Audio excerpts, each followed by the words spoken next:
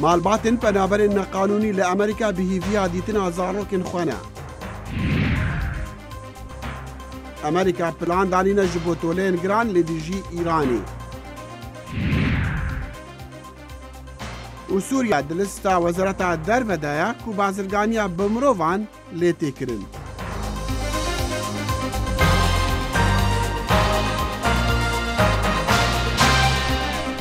سلاف و ریز و هیوین دما خوش دگل کرد کنکشن جدنگی امریکا لواشنطن لای منی شوسلاوم کاتوم کاتکتان شاد وزیر دەرڤایی ئەمریکی مایک پامپیۆ لەبەرە ڕۆژا پێشەوەی سەردانا کوریا باکوور بکە ji بۆ بەردەوامیە دانوستاندنان لەسەر نەهشتنا ناڤۆکی لەگر ئاوا کووری پشتی جڤینا دیرۆکیە بڕێبەری کوریایە باکوورە کیم جۆنگ ئون سەرۆک دۆنالد ترامپ گوت ئون جددیە ji بۆ ژناوبرنا ناڤۆکی لێ راپۆرتên داوی ji zarê mezneکarbidestên dezgehên ئاگهیین ئەمریکا نیشان دەدەن ku کوریا باکوور ئەمریکا دەخاپینە و دێ ژمارەکە ناڤەندین ناڤۆکیدا ئەو چالاکیین ناڤۆکی بەرفرەه دکن شیرەزوانی ئەولەهەیە نیشتیمانیە کۆش کاسپی جۆن بۆڵتن گوتیە ئەمریکا شیانە ji navbirna cebelxana navûkiya Kuriya Bakur heye di demê salekê de eger ew hevkariyê bike. گەورە ئەندامێکی کۆماری لە سیناتی وڵاتی یەکگرتووەکانی ئەمریکا سەردانێکی لە ناکاوی کردووە بۆ شاری منبج لە باکووری سووریا. سیناتۆر لێنزی گراهەم لەو سەردانەی ڕۆژی دووشەمەیدا بۆ شاری منبج جەختی لە پێویستی و گرنگی مانەوەی هێزەکانی ئەمریکا کردووە لەو شارەدا. سەردانێکی زۆر باشە و خوانێکی خۆشی نیوەڕۆ بە سەرۆک ترامپ دەڵێم گرنگە لێرە بمێنینەوە تا یارمەتیتان بدەین ئێوە دۆستی وڵاتە یەکگرتووەکانی ئەمریکان و ئەگەر ئێمە لێرە نەمێنین ئەوە خراپ دەبێت کە گەڕامەوە باسی منبج دەکەم بۆ هاوکارانم وەک جێگەیەک بۆ هیوا لە ناوچەیەکدا کەشتی زۆری پێویستە. ڕێککەوتنی ئەم ماوەی ڕابردووی نێوان ئەمریکا و تورکیا لەسەر منبج بووە مایی هێوەرکردنەوەی ئەو پشێویی لە نێوان ئەم دوو وڵاتی ئەندامی ناتۆدا هەبوو بەهۆی ڕەوشی شارەکەوە لەلایەن هێزە کوردیەکانی کە بەشێکن لە هێزەکانی سووریای دیموکرات بەڕێوە دەبرا ئانکەرا ئەو هێزە کوردیانە بە تیرۆریست ناو دێر دەکات. پرسا پەنابەرین نەقانونیین سنوورین ئەمریکا دەرباسکردن و زاڕۆکردوان جوان هاتین جوداکردن هەر دو دۆمینە یانی گونداڵس خانمەکە گواتیمالیە ji zarokên xwe hatiye veqetandin. Dengê Amerîka bi du çîrokawê dikeve. 43 ڕۆژ دەست بەسەربوون لە گرتوخانی دامەزراوی کۆچبەری ئەمریکا جێنی گۆنزالز بە متمانەی دارایی ئازاد کرا ئەو لەسەر سنووری باشووری وڵاتە گرتوەکانی ئەمریکا لە سێ منداڵەکەی جیاکرایەوە کاتێک هەوڵیاندا بە بێ بەڵگەنامەی فەرمی بێنە ناو وڵاتەوە کاتێک لە دامەزراوی گرتوخانی کۆچبەری لە ئیلۆی ئەریزۆنا دەرچوو بۆ دەنگی ئەمریکا قسەی کرد. من بە دوای منداڵەکانمدا دەگەڕێم زۆر سەخت بوو بۆم هەست دەکەم دڵم بووە بە هەزار پارچە ئەوان بە بەرچاوی خۆمەوە منداڵەکانیان بە زۆری لێ سندم من داوام لێکردن تکایە تەلەفۆنم بۆ بکەن ئەوان وتیان نەخێر هیچ تەلەفۆنیان نەکرد پێم وتن تکایە دەمەوێت هەواڵی منداڵەکانم بزانم کە ماوەیەک بوو ئاگام لیان نەبوو ئەو پێیوتم دەزانی چی تۆ سنوورداش دەکرێیتەوە بۆ گواتەماڵە و منداڵەکانت لە ژێردەستی ئەم حکوومەتە دەمێننەوە. لە توێژەکەیدا لەگەڵ دەنگی ئەمریکا جێنی گوتی ئەو هیچ زانیاریەکی لەسەر ڕێبازی بە هیچ شێوەیەک پشودرێژی نییە نەبووە کە بە پێی ئەوە منداڵەکانی لێجیاکرایەوە ئەو گوتیشی ئەگەر بیزانایە هەرگیز منداڵەکانی بەو شێوەیە نەدەهێنا ئەوان ئێستا لە نیویۆرکن و لەلایەن نێوەندی کایۆگاوە چاودێری دەکرێن. گۆنزالز بە متمانەی دارایی خۆبەخشەکان ئازاد کراوە. ئەم متمانە داراییە لەلایەن هەندێک لە خێزانەکان و ئەو دایکانەی لە شاری نیویۆرکن درراوە و سوپاس بووخوا بە ڕێگای نامەی ئەلکترۆنی ئاگادار کرامەوە متمانەی دارایی 7500 دلار دراوە. دەرچوونی گۆنزالز هاوکات بوو لەگەڵ سەردانەکەی مەلانیا ترامپ بۆ نێوەندی کۆچبەری لە تاکسان ئەریزۆنا خاتوو ترامپ لە نزیکەوە دەڕوانێتە بارودۆخی ئەم خێزانە بێ بەڵگەنامە و کارەکانی کاربەدەستان. من لێرم تا پشتیوانیتان بکەم و هاوکاری بکەم تا ئاستی بتوانم لە بری منداڵەکان و خێزانەکان. بە پێی قسەکانی بەڕێوەبەری وەزارەتی تەندروستی و خزمەتگوزاری مرۆڤایەتی ئالێکس ئەیزەر بەڕێوەبەرایەتی ترامپ دەڵێت خێزانەکان کۆ دەکاتەوە. ئەوان لەگەڵ دایک و باوکیانیان خزمێکی تریان بە پێی ڕێبازەکانمان یەک دەخرێنەوە. جا بێگومان ئەگەر دایک و باوکەکە لە زیندان بمێننەوە بەداخەوە بەپێی ئەو یاسارانەی لەلایەن کۆنگرێس و دادگاکانەوە دانراون ناتوانن پێکەوە بن کاتێک لە زیندان بن. گۆنزالس چاوەڕوانی ئەوە دەکات بە کاتێکی زۆر زوو باوەش بکاتەوە بە منداڵەکانیدا. وڵاتی یەکگرتوەکانی ئەمریکا پلانی داڕشتووە بۆ ئەوەی سزایەکی توند بخاتە سەرکەرتی بانکی وزەی ئێران و دەڵێت پێویستە ئێران ڕەفتارەکانی خۆی بگۆڕێت و وەکو وڵاتێکی نۆرماڵ هەڵسوکەوت بکات. پاش کشانەوەی لە ڕێکەوتنی ناوکی ئێران لە مانگی 5دا وڵاتە یەکگرتوەکانی ئەمریکا سزایەکی توندی ئابووری خستە سەر ئێران و کاریش دەکات تا وڵاتانی تر و کۆمپانیەکانی سەرانسەری جیهان بەشدار بن لەگەڵیدا. براین هوک بەڕێوەبەری پلانەکانی ڕێبازدانان لە وەزارەتی دەرەوە. ئامانجی ئێمە لە پەیوەندی بە سزاکانی وزەوە زیادکردنی فشارەکانە بۆ سەر ڕژێمی ئێران بە کەمکردنەوەی داهاتی فرۆشتنی نەوتی خاوی بۆ سفر. ئێستا ئێمە کار لەسەر کەمکردنەوەی کاریگەریەکانی بۆ سەر بازاڕی جیهانی دەکەین، بەڵام لەو بڕوایەش داین ئامارێکی بەرچاوی بەرهەمی نەوتی لە جیهاندا هەیە.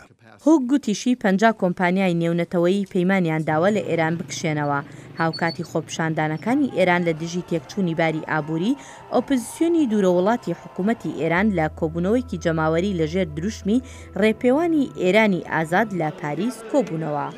ڕودی جولیانی ڕاوێژکاری یاسایی سەرۆک دانەڵد ترامپ گوتی ئەو سزایانەی کە پلانی بۆ داڕێژرابوو لە ئێستاوە کاریگەری هەیە. هەروها پێشم وایە ئەم خۆپیشاندانانە ستایشکردنی ئەو ڕاستیەیە کە سەرۆک ترامپ و حکوومەتەکەمان لە ئێستادا پشتیوانی خۆپیشاندەران دەکەن. ئەوەن چالاکی خۆیان نوێ کردوێتەوە. لایەنەکانی تری سەوداناوکێکی ئێران لە ناویاندا ئەڵمانیا و فەڕەنسا وابەستەی ڕێکەوتنەکە ماونەتەوە. فەرمانڕەوای پێشووی نیومەکسیکۆ بیل ڕیچاردسن هۆشداری ئەوەی داوە نابێت ئەمریکا هاوپەیمانانی ئەوروپایی بڕەنجێنێت لە فشارەکانیدا بۆ سزادانی ئێران. پێم وابێت پێویستە وڵاتە یەکگرتوەکانی ئەمریکا زۆر وریای بێت لە دانانی سزا بۆ سەر دۆستەکانی ئەوروپایی. سەرۆکی ئێران حەسەن ڕوحانیش لای خۆیەوە دەستی کردووە بە گەشتێکی نوێی دیپلۆماسی بۆ ئەوروپا بە مەبەستی هێشتنەوەی ڕێککەوتنە ناوکیەکەی.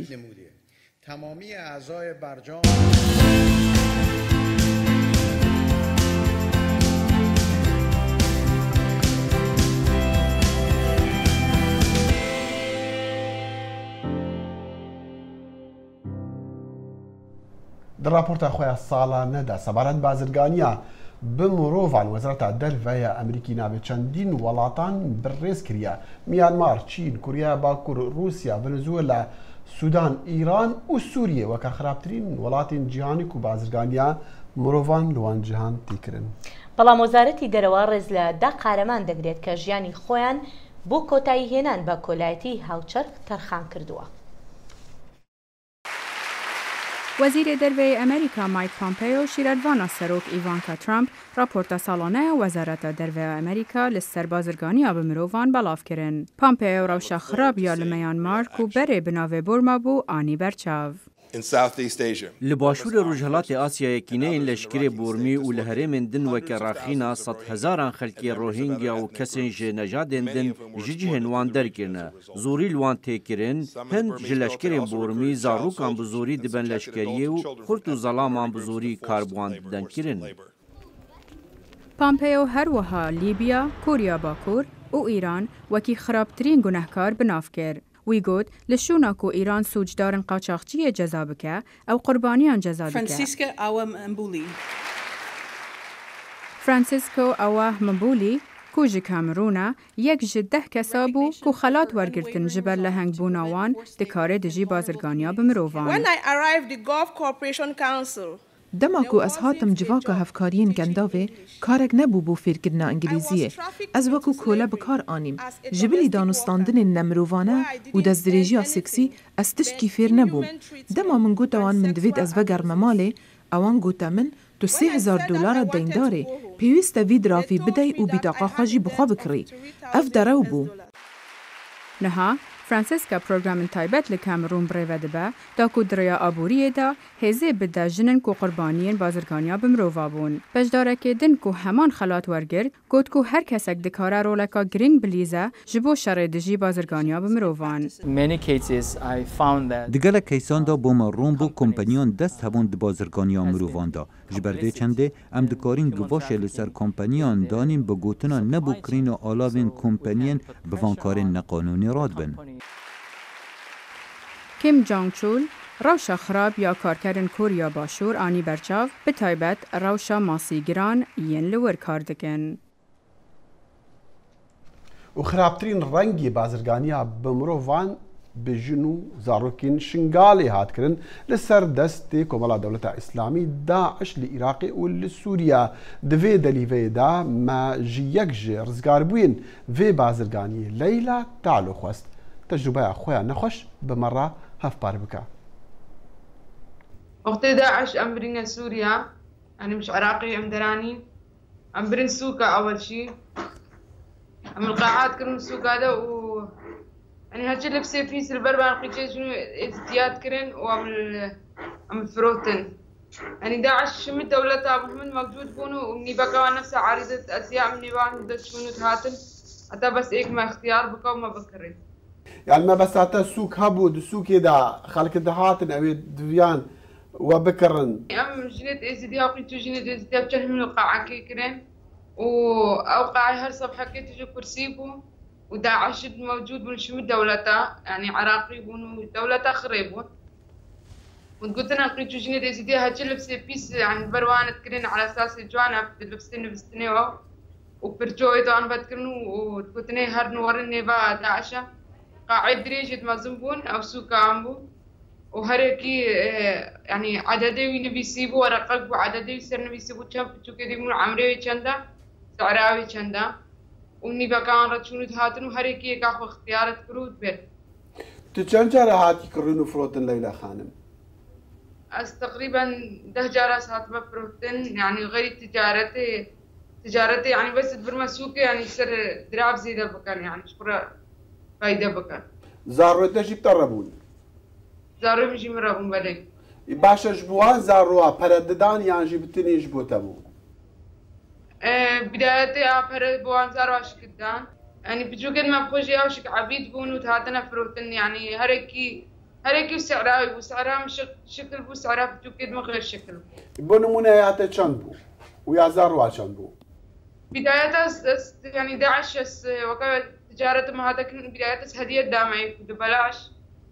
وبعدين يعني قلت انا مش $7,000 او يعني سعرها ليلى خانم اتزالم ام بحثي بازرگاني بمروفا ديكن كو وزارة الدفاع الامريكي رابورت اخذ الخصيه وبحثي وان ولاتا كريه كو افتا وانا اللي هي سبي كرن دكفتا خانه بازرگانيا بمروفا يعني ما بس دي هنا سبي كرني را يا كو داعش 2004 دي دس بكري تاجرك ابو داعش يعني مثلا دي بيجي نفس شخص انه تاجر ودي قالك سبب مجموعه كسبايا بفكري او مثلا شاد كان كي باخذ جمله بفروشه شو خاص بفروشه وش خرب كتا سبايا هلكيكا اختارت فروش او شوي تاجري تكري يا دش شوي تاجري تشي تكر جروبك ابو الموبايل ده خطك انترنت بو نظام تليجرام نظام او خطبو صورتين ما تقرتين ولبسه بيس البرمابون او صورة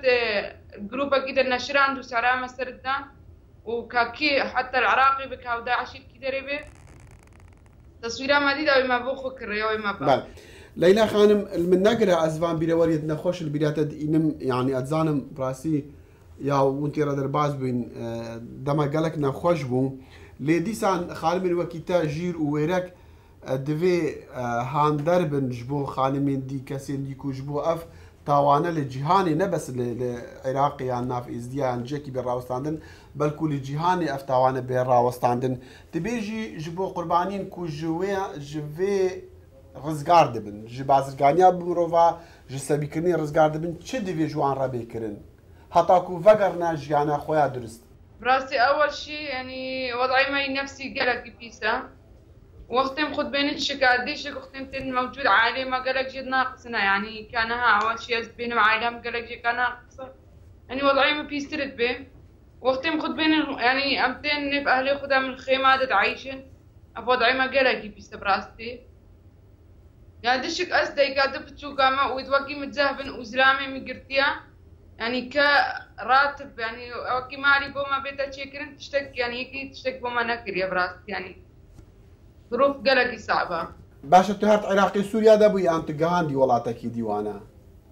ناس العراقي وسوريا دبو. بله ليلى خانم تكتبك جي وشانديا آليكاريا براي خو خالد دستي وخوش متخص ويش مرة بيجي يعني أو تشاب وتشات جاوي باوريكو وي تجربة خوان روجل نخوش داني دكتبك دا بلاف بكي.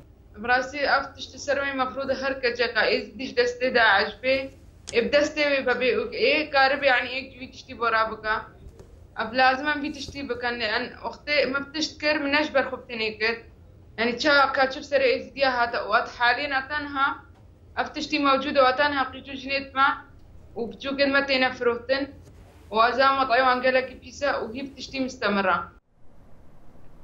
بشكيها في بيفينا ما بود قال خانم ليلى تعلو رزقار بويا جدستي داعش بشتي ده جاران هاتي كرين وفروتن درجة هي رابورتي دي لسرميديا جواكيا دنج أمريكا بواشاندن. بله دخيل ما البته يعني اشتكي آسانيش نبوبو أو كداب نشأ بس هاتي خوي بكابا كتاب بوشوي بينسيتوا. البته فقراندنا نخوشيان أو جي نخوشيا هي. بله أنا عليكاريا برايوي كاك خالد وشيا كتابي كدركا بنابي ليلى دي سبي كرنيدا كتابي بزمان عربي.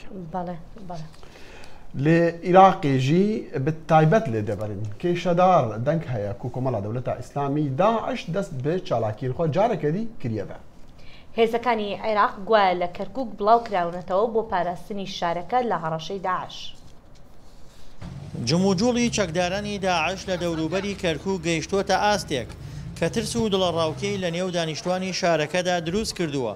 بۆیە ڕۆژی دووشەممە حکوومەتی عێراق هێزێکی گەورەی لە تکریت و ئەنبارەوە ڕەوانەی ئەو شارە کرد و بڕیارە ئۆپەراسیۆنێکی گەورە دژی چەکدارانی ئەو ڕێکخراوە لە باشوور و ڕۆژاوای کەرکووک ئەنجام بدرێت.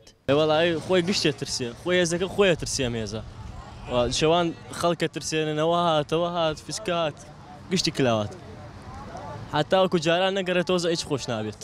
هاتی عێراقی دێ واتە عێراقیەکان لەو ناوە بڵاو بوونەتەوە بە جوانیش ئیشوکاری ئەمنیەتی کەرکووشیان پارۆسۆسە سەر شانی خۆیان ئێمە ئەوە بە باشتر دەزانین. هێزە عێراقیەکان لە ئێستادا تەنها ناو شار و شارۆچکەکان و جادە سەرەکیەکان دەپارێزن بە تایبەت لە ماوەی چەند ڕۆژی ڕابردوودا دەیان خاڵی سەربازیان لە دەوروبەری جادەی سەرەکی کەرکووک بەغداد دانا بە ئامانجی ڕێگرتن لە دەستگەیشتنی داعش بەو ڕێگا سەرەکیانە.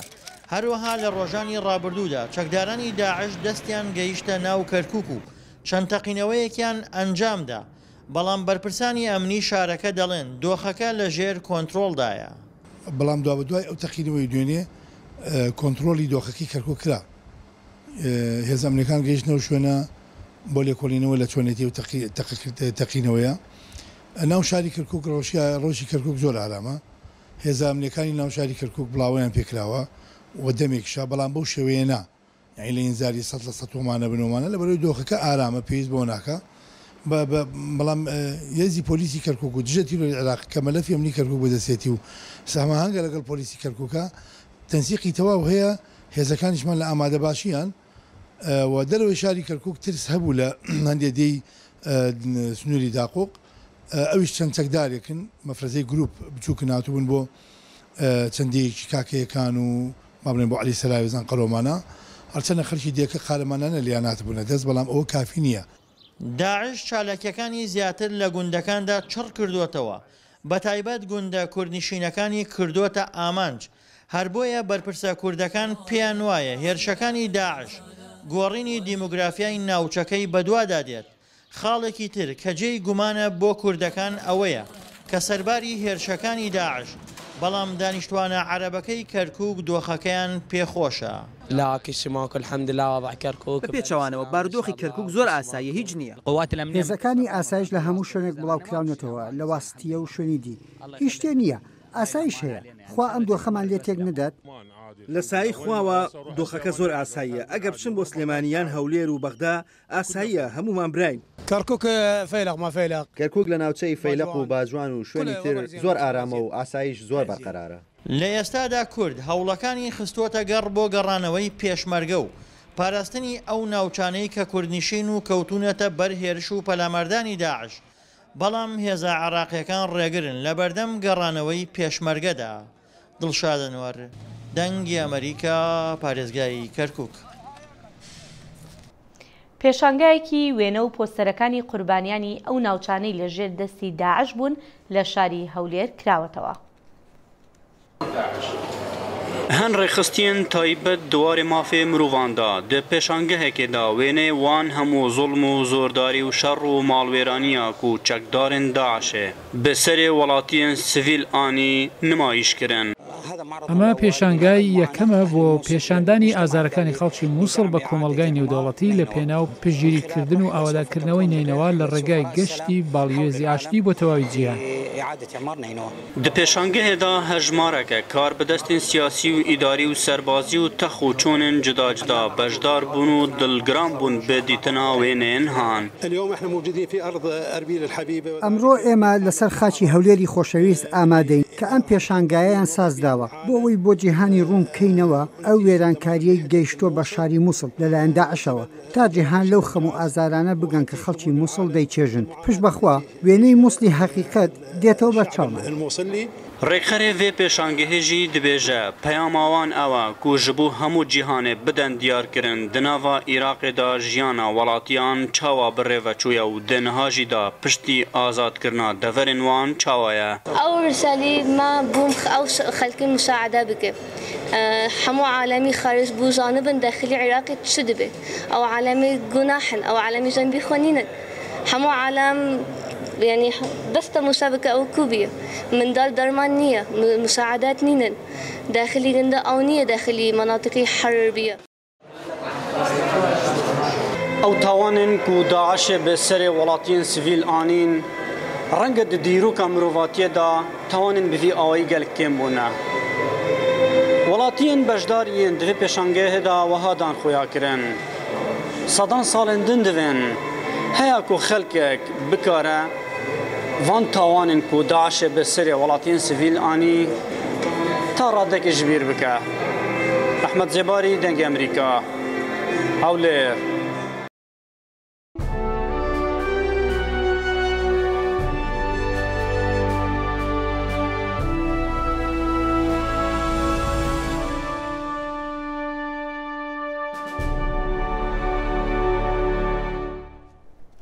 li bîrawetê li heftiyaborî me peyamek nexweş hebû li ser asîbûna 12 zarokan û rahênerê wan yê futbolê di şkeftekê de li Taylandê piştî av û lehî ketiye wê şkeftê îro peyamekî xweş me heye ew zarok bi silametin. Tîmên rizgarkirinê li dora şkeftê karê bê rawistiyan dikin heta ku ew bi silametî bên derxistin piştî 10 rojên geryanê li wana دو مەڵەڤانان ئەو دیتن ku wan xwe li guşkekî bilindî nav şkeftê de girtiye li hişta zehmetî hene. Heta bên rizgarkirin tîmên rizgarkirinê dibêjin divêt ew bi melevaniyan xwe jê rizgar bikin ji wê şkeftê û bêne derxistin û bigehne nav kes û karên xwe ku hişta li derê şkeftê li benda wanin. ئەو کۆچبەرانی خەڵکی مالی کە لە فەڕەنسا با باڵەخانەیەکدا هەڵگەڕا بۆ ڕزگارکردنی گیانی منداڵێک دەستی باکارکردن کرد لە بەشی ئاگرکوژێنەوەی شارەکە. ماودۆ گاسامی تەمەن 22 ساڵان سەرنجی جیهانی ڕاکێشا کاتێک بە بەلەکۆنەکەی 4/9 باڵەخانەکەدا هەڵگژا لە پێناو ڕزگارکردنی ژیانی منداڵێک و ژیانی خۆی خستە مەترسیەوە پاشان سەرۆک ئیمانوێل ماکرۆن پێشوازی لێکرد و پێشنیازی ئەو کاری بۆ کرد. د تەڤلەهەڤیە بویەراندا ڕاستی gelek caran nixam tê dimîne. Mijarên ku ji bo xelkê خەمێن ڕۆژانانە و پاڵاوان دەکشینن ئەم لەگەل میوانên خۆ بە ئاواکی سربەخۆ و بێئالی گفتوگۆ دەکەن. شۆپاندنا ڕاستیە بڕیا پارڤەکردنا بیر و بۆچینên جور بە جور ئەو بنگەهەکە سەرەکەیە بڕاستی ji بۆ ئاواکردنا پەیوەندیەکێ و هەروەها باوەریە لەگەل تەماشەوانان. ji bo nexweşên girhiyên şêrpenceya mejî hey pemek xweş heye. پزیشکان ئێستا بە ڕێگای چارەسەری پۆلیۆ دەتوانن گرەی شێرپەنجاوی مشک چارەسەر بکەن. بەری 8 ساڵان ستەفنی هوپر تویشی شێرپەنجا مەژی بوو. نۆژداران کولکا دناو مەژی وێدا ئانیندەر لێ پشتی 2 ساڵان لێڤەگەڕیا. نەخۆشên vê جۆرە شێرپەنجê ger bimînin sax ji sal û nîvê pitir nabit.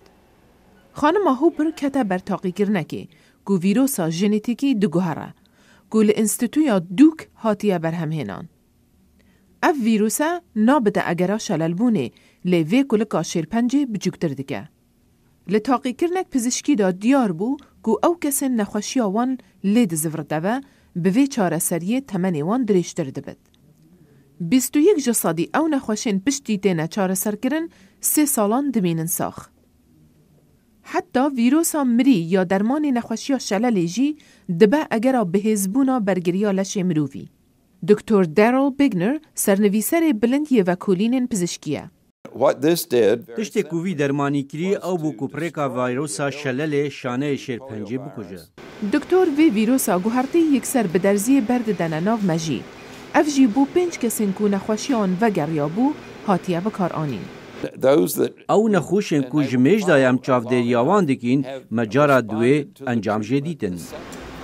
Ev rêke heta niha di taqîkirinê de ye lê encam gelek bihîvî ne ku pizîşkan vekolînên nû dest pê kirîne. Ew vîrosa nexweşiya şelelê û dermanên kîmyayî tevlî hev dikin bo pêşvebirina encaman. Ji bo xanima Hooper kulika di nav mejiyê wê de roj bi roj biçûktir dibe. بەڵێ هێرش دمایە بەرنامێ تخواست ئەس بزانم کانی دەنگباسێت یاریە مۆندیالە چ دەچوو بترتاژە بەڵێ دەخیر ئێستا پاش چەند خولەکێکی تر یاری سویسرا و سوید دەست پێ دەکات و هەروەها ئەمڕۆ یاریکی تریش هەیە کە زۆر گرنگاویش ئینگلترا و کۆلۆمبیایە یەکێکە بێ لە یاری خۆشەکان لە یاری خۆشەکانی کە بووە چی بوون یاری خۆشەکانی کە بووە دەخیل ئەم مۆندیالە زۆر بە شێوەیەکی چاوەڕوان نەکراوە ڕۆیانی تیمە گەورەکان هەمووی ڕۆشتونەتە دەرەوە نازانین ترکیە ماوە ئیسپانیا دەرچوو پۆرتوگال دەرچوو لە هەفتەی پێش ئەڵمانیا هیچ ئەوە لە گروپەکانە سەر نەکەوت بەڵام باسی هەفتەی ڕابردووەکەم ئەرجەنتینا دەرچوو ینی نازانین جارێ ئێستا رووسیا و ئەرجنتین و ئەوانە گەشتونە نە ئەرجنتین دەرچوو ئەرجنتی بەڵێ بەرازیل یاری داهاتووی لەگەڵ بەلجیکا بێت دیزاین چۆنە بێت بەڵێ لێرەشدا دینە کۆتایی بەرنامەی ئەمڕۆمان تا بەرنامەیەکی تر هەر شاد و بەختەوە بن. خدا حافظ.